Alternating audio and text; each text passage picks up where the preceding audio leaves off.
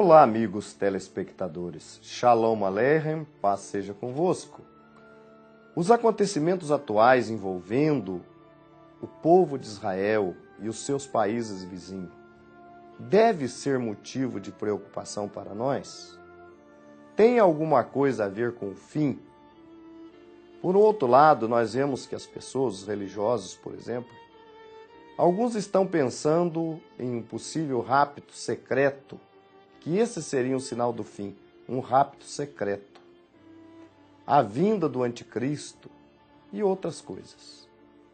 No entanto, nós podemos afirmar para vocês que estes acontecimentos, esta guerra envolvendo Israel e os seus vizinhos, tem a ver com o fim.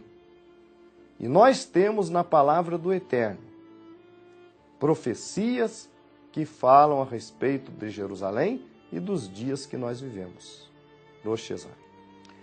Conforme Jerusalém se sente angustiada, conforme o povo judeu se sente temeroso com os conflitos envolvendo os seus inimigos, mais a esperança messiânica se acende no coração do povo de Israel, a esperança da chegada do Mashiach. E para nós, que já cremos que ele veio a primeira vez e que há de voltar, mas ainda se acende em nós a esperança de que ele virá. Virá quando for do agrado do seu Criador. Mas todos esses conflitos não deixam de nos deixar angustiados e temerosos e pensativos sobre qual o destino do mundo a partir desses acontecimentos. O profeta Zacarias, no capítulo 12, ele fala a respeito da cidade de Jerusalém. Vamos ler o versículo 2, 3 e 4 de Zacarias, capítulo 12.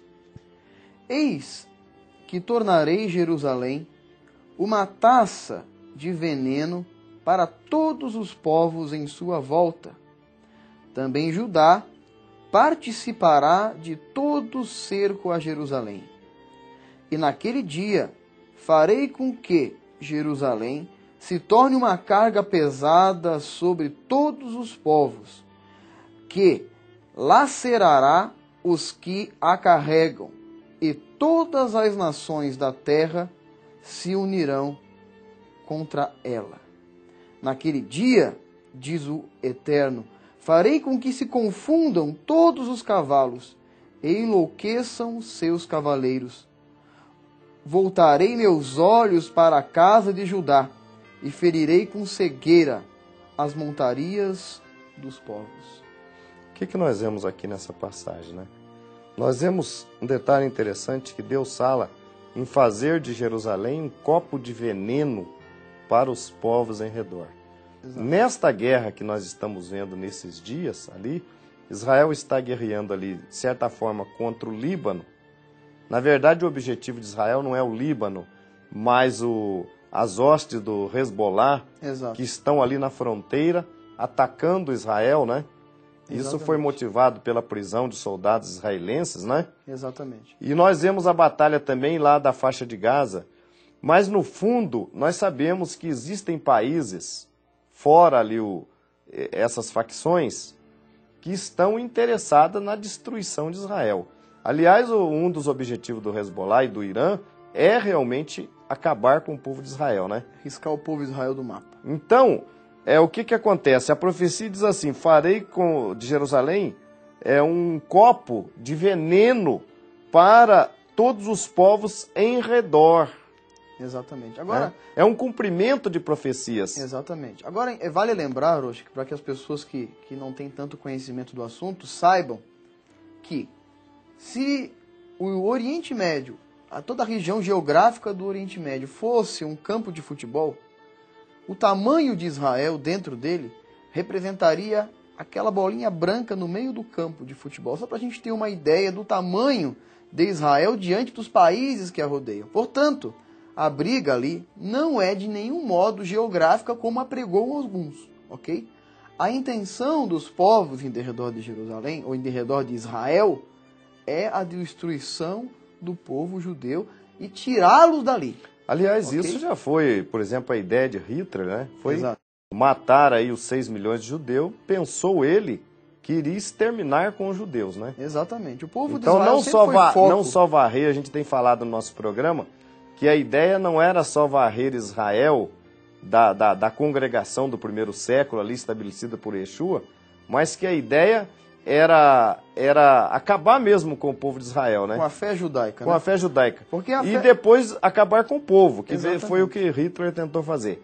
E agora, na ausência de Hitler, então as nações que estão ali vizinhas de Israel têm esse propósito maligno, para nós que conhecemos a palavra do Eterno, de combater e destruir Israel. Exato. No fundo, essas nações estão combatendo contra o próprio Deus, Exato. uma vez que Israel é considerada a menina dos olhos de Deus. Agora, por que será que Deus, aqui através do seu profeta Zacarias, ele menciona Jerusalém como um cálice de veneno para com as nações? Porque ao que tudo indica, ao que nos parece, Deus faz e permite que essas nações se voltem contra Israel e contra Jerusalém, porque é justamente neste ponto de sua transgressão, ou seja, na sua volta contra o povo de Israel, o povo judeu, é que ele entrará em juízo contra elas. É como quase que uma ironia da parte da palavra de Deus. É como se Deus ironizasse os povos pagãos e os demais povos,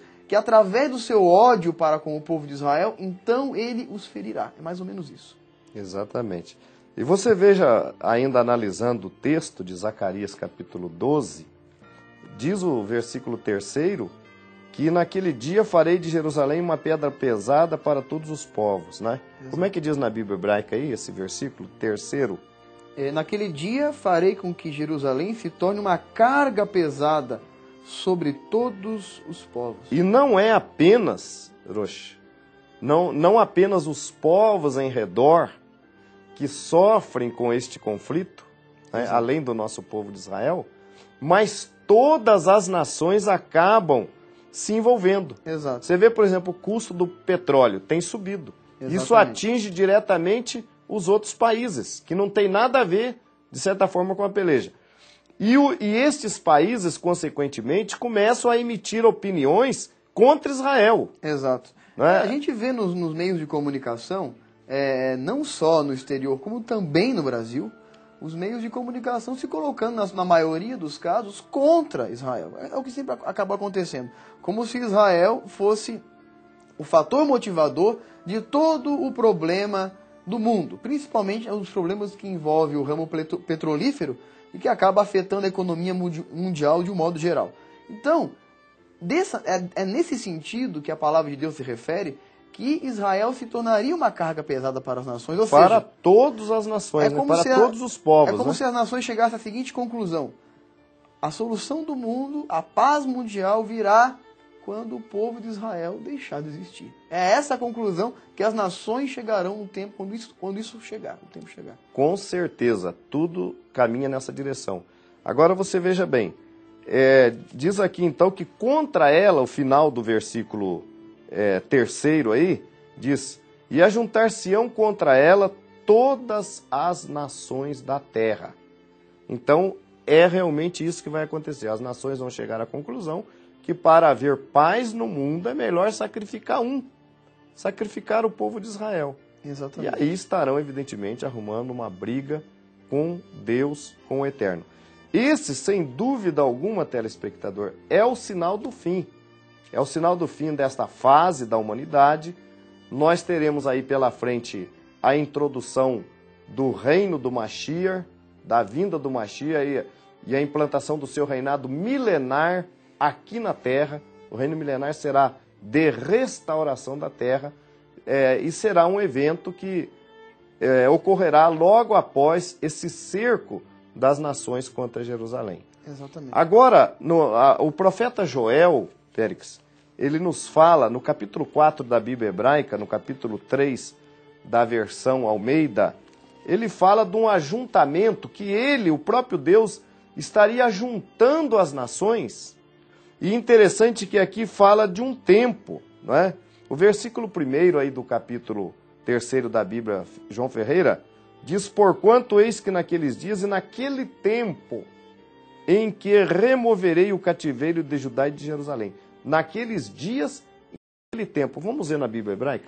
Naqueles dias e naquele tempo, quando eu fizer retornar os cativos de Judá e de Jerusalém, reunirei todas as nações e as trarei ao vale de Josafá e Jehoshafate, e ali hei de julgá-las pelo que fizeram ao meu povo e a Israel, minha herança. Você veja bem que dá, então, o tempo certo. Agora, convém que a gente tenha em mente que em 1948 foi inaugurado, né, E o Estado de Israel. o Estado de Israel. 1948. Desde o ano 70, quando houve então ali aquela dispersão do povo, até o ano de 1948, Israel não pôde mais habitar numa terra que se pudesse ser chamada de sua terra, né? Exato. Mas em 1948, pela vontade do Eterno, né, foi liberado uma área para Israel. Mas o curioso é o seguinte, Périx, que essa área excluía Jerusalém. O contorno da demarcação das terras contornava de maneira a deixar Jerusalém fora do domínio do nosso povo de Israel. E até hoje, segundo a ONU, a capital oficial de Israel é a cidade de Tel Aviv. Muito embora a capital religiosa para nós, para o povo judeu, para o povo de Israel de modo geral, sempre foi e sempre será a cidade de Davi, Jerusalém. A cidade da onde o Mashiach reinará. Essa é a capital. Agora, juntamente com o Estado de Israel, a formação do Estado de Israel, em 14 de maio de 1948, iniciou-se o grande problema do Oriente Médio, que envolve a mola mestra chamada Israel. Porque, na verdade, os povos árabes, os palestinos, nunca aceitaram a formação do Estado de Israel. Tanto é que uma briga hoje de Israel ali com os palestinos é o reconhecimento do Estado de Israel, não é? Mas eu estava vendo uma reportagem, acompanhando esse noticiário, e um repórter dizia que o exército de Israel, que se chama Forças de Defesa de Israel, curiosamente, de defesa, exatamente.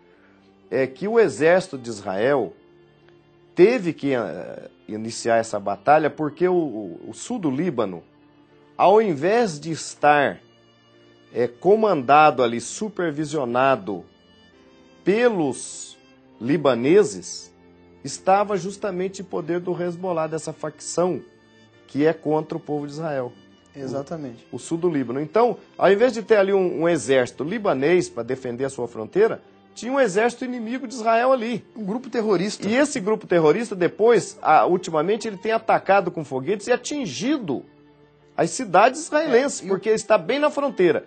Exato. Israel, então, ataca o Líbano, não porque é o Líbano, mas porque o Líbano abriga exércitos inimigos na sua fronteira. E imediatamente após esses mísseis atingir o extremo norte de Israel, o extremo sul do Líbano, imediatamente após esses mísseis atingir, Israel responde justamente nos lugares de onde os mísseis estão vindo, com uma margem de erro de 50 a 100 metros apenas, o que mostra que os alvos de Israel são estrategicamente militares, ao contrário dos que vão contra Israel, que não olham se é militar, se é civil, ou coisa do gênero. E o próprio governo do Líbano se isenta disso, dizendo que não é responsabilidade dele, mas que aquele grupo trabalha para o Irã, jogando a responsabilidade um para o outro, tirando a carga de sobre si. Voltamos após o intervalo.